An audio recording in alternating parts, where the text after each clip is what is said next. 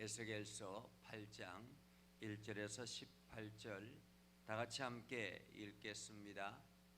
여섯째 해 여섯째 달 초다새에 나는 집에 앉았고 유다의 장로들은 내 앞에 앉아 있는데 주 여호와의 권능이 거기에서 내게 내리기로 내가 보니 불같은 형상이 있더라.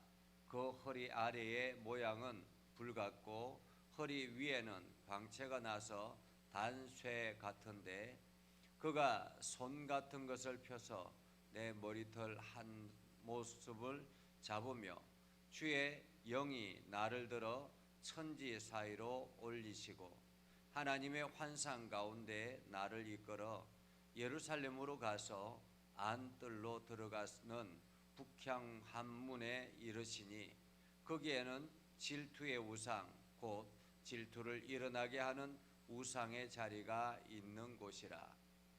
이스라엘 하나님의 영광이 거기에 있는데 내가 들에서 본 모습과 같더라.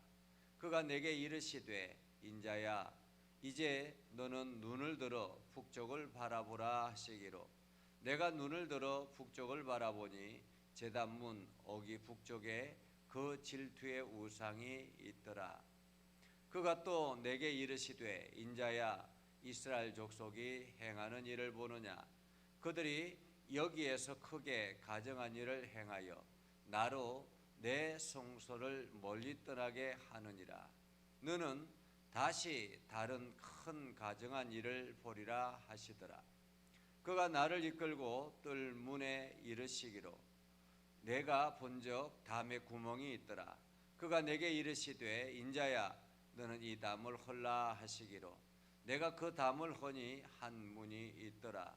또 내게 이르시되 들어가서 그들이 거기에서 행하는 가증하고 악한 일을 보라 하시기로 내가 들어가 보니 각양 곤충과 가증한 짐승과 이스라엘 족속의 모든 우상을 그 사방 벽에 그렸고 이스라엘 족속의 장로 중 70명이 그 앞에 섰으며 사반의 아들 야사냐도 그 가운데 섰고 각기 손에 향로를 들었는데 향연이 구름같이 오르더라.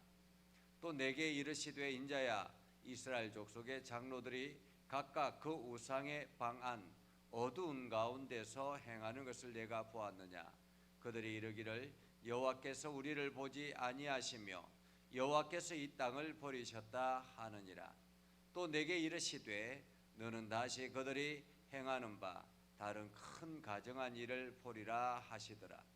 그가 또 나를 데리고 여호와의 전으로 들어가는 북문에 이르시기로 보니 거기에 여인들이 앉아 단무술을 위하여 애국하더라. 그가 또 내게 이르시되 인자야 네가 그것을 보았느냐. 너는 또 이보다 더 큰 가증한 일을 보리라 하시더라. 그가 또 나를 데리고 여호와의 성전 안뜰에 들어가시니 보라 여호와의 성전 문 곧 현관과 제단 사이에서 약 25명이 여호와의 성전을 등지고 낫을 동쪽으로 향하여 동쪽 태양에게 예배하더라. 또 내게 이르시되 인자야 내가 보았느냐. 유다 족속이 여기에서 행한 가증한 일을 적다 하겠느냐. 그들이 그 땅을 폭행으로 채우고 또다시 내 노여움을 일으키며 심지어 나뭇가지를 그 코에 두었느니라. 그러므로 나도 분노로 갚아 불쌍히 여기지 아니하며 긍휼을 베풀지도 아니하리니 그들이 큰 소리로 내 귀에 부러질지라도 내가 듣지 아니하리라. 아멘. 오늘도 하나님의 은혜가 여러분의 삶 가운데 가득하기를 바랍니다. 오늘도 하나님의 능력이 여러분의 삶을 통해서 세상으로 흘러가는 복된 하루가 되기를 주님의 이름으로 축복합니다. 어떤 일이든지 원인 없는 결과는 없다라고 이야기를 하죠. 우연히 어떤 일이 일어났다라고 하지만은 결코 우연이 아닌 것이 거기에는 과거의 어떤 상황이 분명히 존재하고 있다라고 말할 수 있습니다. 뭐 우연히 산사태가 일어났다라고 하지만은 거기에는 또 다른 원인들이 항상 존재하고 있는 것처럼 말입니다. 이처럼 이스라엘 백성들이 갑자기 멸망을 하고 오늘 성경에도 우리가 읽어보았던 것처럼 하나님께서 더 이상 우리를 돌보지 아니하시니 우리가 이렇게 한다라고 이야기했던 것처럼 그들이 마치 자기들은 신앙생활을 잘 하는 것처럼 하지만은 실제는 그렇지 않다라는 거죠. 마치 오늘 성경의 말씀은 어떤 TV의 고발 프로그램을 보는 것 같은 그런 느낌이 듭니다. 우리가 이렇게 TV에 보면 고발 프로그램을 보면 갑작스럽게 어디를 이렇게 급습해 보면 그 안에 식당 안에 뭐 어떤 문제들이 있고 어떤 문제들이 있고 뭐 이런 고발 프로그램이 있잖아요. 이것처럼 하나님께서 에스겔 선지자를 갑자기 데리고 예루살렘으로 가서 예루살렘의 실태를 지금 보여주는 그러한 장면이라 이렇게 말할 수가 있겠습니다. 오늘 본문의 말씀은 이렇게 시작합니다. 여섯째 해 여섯째 달 초다새해라고 말합니다. 여섯째 해 여섯째 달 초다새해. 1장에 보면 하나님께서 에스겔 선지자를 불렀을 때가 그 다섯째 해 여호야긴 왕이 되었을 5년째 넷째 달에라는 라는 표현이 있습니다. 그러니까 그로부터 1년 2개월이 지난 후라는 말이죠. 1년 2개월이 지난 후에 하나님의 부름을 받고 하나님의 말씀을 듣고 그리고 난 다음에 1년 2개월이 지난 것입니다. 우리는 성경이 그냥 계속 연결되어져 있기 때문에 그냥 연속적으로 하나님께서 이렇게 행하셨는가 보다라고 하지만은 실제는 그렇지 않다라는 거죠. 하나님께서 에스겔 선지자에게 말씀하시고 그로부터 시간이 또 많이 지난 것입니다. 많이 지난 후에라는 거죠. 1년 2개월이 지난 후에라는 말입니다. 유다 장로들은 내 앞에 앉아 있는데 그때 당시에 많은 사람들이 바벨론의 포로로 끌려갔습니다. 그리고 그 포로 민족들이 지금 함께 모여 사는 곳이 그발 강가였습니다. 그리고 그들은 이 포로였기 때문에 아마 강제 노역에 동원되고 뭐 했던 것 같습니다. 그렇게 해서 이제 저녁 때가 되어서 지금 에스겔 선지자 앞에 장로들이 모여 있는 것이죠. 여기서 장로들은 그 대표적인 어른들, 그러니까 포로로 끌려왔던 사람들 중에서 대표적인 어른들이 지금 에스겔 선지자 앞에 앉아 있는 상태였습니다. 그때에 하나님께서 갑자기 권능으로 에스겔 선지자에게 내리셔서 말씀하십니다. 그러니까 에스겔 선지자가 갑자기 그 하나님의 권능을 보았는데 보니까 불같은 형상이 있더라라고 말해요. 불같은 형상이 있더라. 그리고 허리 아래 모양은 불같고 허리 위에는 광채가 나서 단쇠 같았다라고 말합니다. 쇠에 이렇게 벌겋게 달아오른 그러한 쇠 같았다라는 말이죠. 이 말은 불은 어떤 것을 상징합니까? 불은 심판을 상징합니다. 그러니까 하나님께서 지금 심판을 위해서 지금 오셨다라고 말씀하고 있는 거죠. 그러면 왜 하나님께서 이런 형상으로 오셨는가라는 것입니다. 마치 우리가 어디 누군가를 방문할 때 얼굴이 우락부락하고 있다면 어떻게 보여지겠습니까? 저 사람이 지금 엄청나게 화가 나서 나에게 왔구나 이런 생각을 하지 않잖아요. 그렇게 하잖아요. 그것처럼 지금 하나님께서 불같은 모양으로 에스겔 선지자에게 오셨다라는 것은 그만큼 화가 나 있다라는 말입니다. 하나님께서 단단히 화가 나서 지금 에스겔 선지자에게 보여주는 거죠.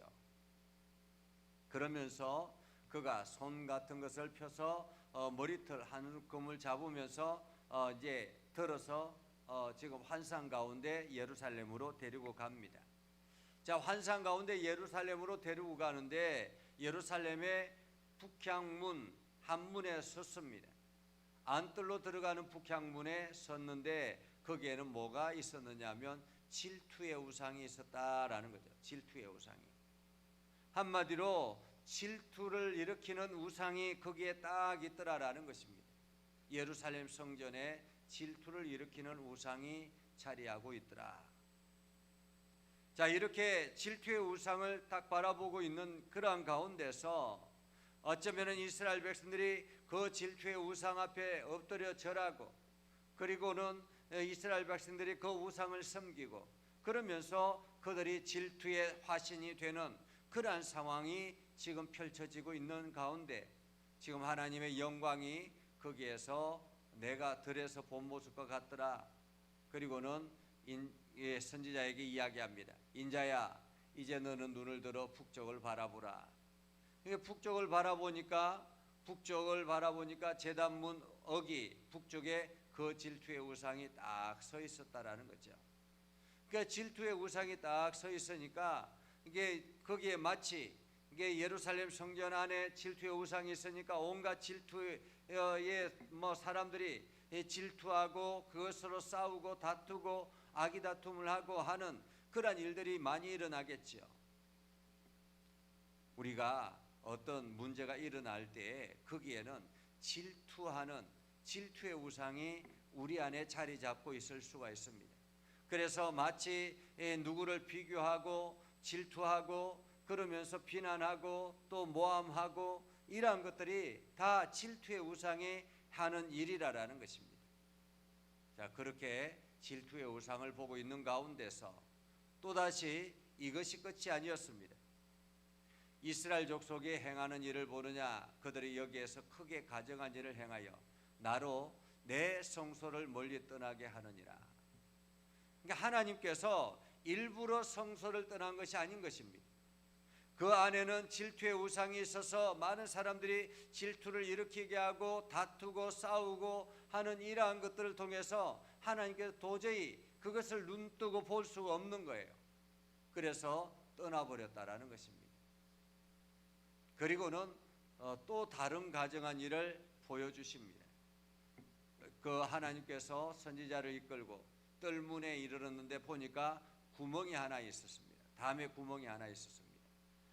하나님께서 선지자에게 이야기합니다. 이 담을 헐어라 라고 하니까 그 담을 헐어보니까 한 문이 있었습니다. 이게 개구멍이 있었고 그 담을 허니까 문이 하나 있었다라는 거죠. 그 뒤에는 이게 한 문이 있었다라는 것은 몰래 사람들 모르게 그 숨어 있는 그러한 공간이라고 말할 수 있겠습니다. 그 선지자가 지금 에스겔 선지자는 제사장이잖아요. 이게 끌려오기 전에는 6년 전에는 끌려오기 전에는 그곳에서 함께 살았던 그런 레위 제사장의 그 아버지가 제사장이었기 때문에 그곳에서 늘 살았던 그런 곳이었습니다. 그런데도 알지 못한 공간이었다는 거죠. 비밀의 공간이었다라는 것입니다. 그래서 그 문을 열어보니까 어떤 일이 일어납니까? 거기에 보니까 가증하고 악한 일들을 보라라고 하는데 보니까 각양 곤충과 가증한 짐승과 이스라엘 족속의 모든 우상을 그 벽에 그렸고, 그 벽에다가 막 온 우상들을 다 그려놨다라는 거죠. 그리고는 그것으로 그림을 그린 것으로 끝이 아닌 것입니다. 장로들 70명이 거기에 서 있었다. 한마디로 이스라엘 대표들이 70명이 거기에 서 있었다라는 것입니다. 그 중에 누구까지 있었냐면 사반의 아들 야사냐도 함께 있었다라는 거죠. 여기 사반의 아들은 어떤 사람이냐면 이 사반의 아들은 당시에 예레미야 선지자를 돕는 그 사반의 아들은 요시야 왕 때 종교 개혁을 일으켰던 사람이 사반입니다. 이게 종교 개혁에 그 앞장섰던 사람이 요시야 왕의 그 명을 받고 개혁을 일으키는데 앞장섰던 사람이 사반이었습니다. 그런데 그 아들 중에 한 명이 여기에 서 있었다라는 거죠. 사반의 아들 중에 3명이 있었는데 그 아들 하나는 예레미야 선지자를 숨기고 예레미야 선지자를 돕는 그런 역할을 했던 사람이 아들 중에 한 명이고, 또 한 명은 엘라사라는 다른 아들은 시드기야 왕 때 중용이 되어서 외교관으로 사신으로 바벨론에 바벨론에 갔다가 오는 그러한 일을 했던 사람이 바로 사반의 아들이었습니다. 그런데 또 다른 아들 하나가 이 우상을 섬기는데 앞장섰다라는 말이죠. 앞장섰다. 자, 그렇게 이 사반의 아들 야신아도 사냐도 같이 있었고, 손에 향로를 각자가 들고 있었고, 향연이 구름같이 올라가더라. 각자 한 사람 한 사람이 향로를 들고는 지금 있는 거예요. 마치 그 곤충이, 그 가정한 짐승들이 자기들을 도울 수 있는 것처럼, 자기들을 돕는 신인 것처럼 그렇게 생각하고 그들을 향해서 기도하더라라는 것입니다. 하나님 보시기에 얼마나 기가 차겠습니까? 어쩌면 이 사람들은 하나님이 살아계시는 하나님의 존재를 알지 못했던 것이죠. 하나님께서 이것까지 알고 계신다라는 것을 몰랐던 것 같습니다. 그러면서 내게 이르시되, 인자야, 이스라엘 족속의 장로들이 각각 그 우상의 방한 어두운 가운데서 행하는 것을 내가 보느냐. 그러면서 그들이 이렇게 이야기를 했다라는 거죠. 여호와께서 우리를 보지 아니하시며 여호와께서 이 땅을 버리셨다, 이렇게 고백하더라라는 거죠. 지금 바벨론의 침공으로 인해서 엄청난 어려움을 겪고 있는데, 이 모든 것이 하나님께서 우리를 보지 아니하시고 우리를 버리셨기 때문이다 라고 그렇게 이야기를 하더라라는 것입니다. 자기들이 행하는 것들은 알지 못하고 말이죠. 그러면서 또 이야기합니다. 너는 다시 그들이 행하는 바 다른 큰 가정한 일을 보리라. 이것도 끝이 아닌 것입니다. 또다시 선지자를 데리고 북문으로 가보니까 거기에는 여인들이 앉아서 단무스를 위하여 애곡하더라. 여기서 단무스는 풍요의 신이고 이스라엘의 양떼를 보호하는 보호의 신이라고 그렇게 생각했다라는 것입니다. 이 단무스는 수메르 신 중에 하나인데 그 지역의 사람들이 섬기는 신이었습니다. 그러니까 마치 이것이 자기들을 보호하는 것처럼 그 단무스 신 앞에서 애곡하더라, 울며 기도하더라라는 거죠. 울며 기도하더라. 그가 또 내게 이르시되, 인자야, 네가 그것을 보았느냐? 너는 또 이보다 더 큰 가정한 일을 보리라. 이것도 끝이 아니라라는 것입니다. 나를 데리고 여호와 성전 안뜰에 들어가 보니, 성전 안뜰은 무엇입니까? 성전 안뜰은 이스라엘 백성들이 하나님 앞에, 여호와 앞에 제사하는 아주 거룩한 장소입니다. 그런데 그곳에는 현관과 제단 사이에 약 25명이 성전을 등지고, 여호와의 성전을 등지고 낫을 동쪽으로 향하여 동쪽 태양에게 예배하더라. 하나님 앞에 예배해야 될 그 장소에서 하나님을 등지고 지금 태양에게 절하더라라는 것입니다. 예배하더라. 얼마나 기가 차겠습니까? 얼마나 기가 차겠습니까? 하나님께서 이 모든 광경을 보시고 가만히 있겠는가라는 거죠. 또 내게 이르시되, 인자야, 내가 보았느냐? 유다 족속이 여기에서 행한 가정한 일을 적다 하겠느냐? 그들이 그 땅을 폭행으로 채우고 또다시 내 노여움을 일으키며 심지어 나뭇가지를 그 코에 두었느니라. 그러므로 나도 분노로 갚아 불쌍히 여기지 아니하고 긍휼을 베풀지도 아니하리니, 그들이 큰 소리로 내 귀에 부르짖을지라도 내가 듣지 아니하리라 라고 말씀합니다. 오늘 하나님께서 우리들에게 이 말씀을 주시는 이유는 무엇입니까? 우리의 삶을 돌아보고 점검하라라는 것입니다. 하나님께서 그냥 가만히 있는데 우리를 심판하고 우리를 징계하는 것이 아니라라는 것입니다. 하나님의 징계에는 반드시 원인이 있다라는 거죠. 그렇기 때문에 고난과 어려움이 우리에게 찾아오면 내가 지금 하나님 앞에 어떻게 살아가고 있는가, 내가 하나님 앞에 어떤 신앙생활을 하고 있는가, 내 신앙의 자세를 점검하고 돌아보는 것이 필요합니다.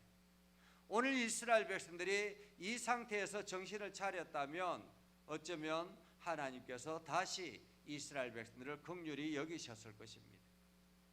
하나님께서 우리를 예수 그리스도를 통해서 구원하시고 하나님의 거룩한 백성으로 삼아 주셨는데, 우리도 마치 세상에서 살아가면서 마치 이스라엘 백성들처럼 이렇게 살아간다면 여전히 하나님은 우리를 향하여 진노하시고 우리의 기도의 소리를 듣지 않겠다라는 말씀이기도 합니다.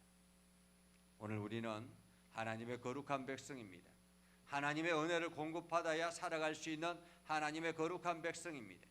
그렇기 때문에 오늘도 우리가 거룩하게 정결하게 하나님의 말씀에 귀를 기울이고 하나님이 기뻐하시는 일을 행하며 하나님의 뜻대로 살아가는 저와 여러분이 되어서 날마다 하나님의 풍성함이 여러분을 통해서 세상으로 흘러가는 놀라운 역사를 경험할 수 있기를 주님의 이름으로 축복합니다. 기도하겠습니다. 거룩하신 아버지 하나님, 오늘도 우리 가운데 함께 하시고 하나님의 은혜를 베풀어 주셔서 우리가 에스겔 선지자가 본 이스라엘 백성들처럼 그렇게 살지 아니하고 날마다 우리 자신을 점검하여서 우리가 하나님 앞에 바르게 나아가고 있는지, 바른 신앙생활을 하고 있는지 항상 돌아볼 수 있는 우리의 영적인 깨어있음이 있게 하여 주시옵소서. 그래서 날마다 깨어있어서 하나님 앞에 엎드려 기도하게 하시고 하나님의 말씀에 귀를 기울이게 하셔서 하나님의 선한 뜻을 이루며 나아가게 하옵소서. 하나님, 오늘도 믿음의 성도들이 간구하는 소리를 들어 응답하여 주시고 하나님, 저들을 통해서 하나님의 위대한 역사들이 세상으로 나타나게 하여 주시옵소서. 예수님의 이름으로 기도드리옵나이다. 아멘. 이제는 우리 구주 예수 그리스도의 은혜와 하나님 아버지 극진하신 사랑과 성령님의 감화 감동 역사 위로 교통하시며 은혜가 오늘도 주님의 말씀을 듣고 오늘도 주님의 뜻 가운데 순종하며 살아가기로 다짐하는 믿음의 성도들 하는 모든 일들마다 저들의 하는 앞길마다 영원토록 함께 하옵시기를 간절히 축원하옵나이다. 아멘.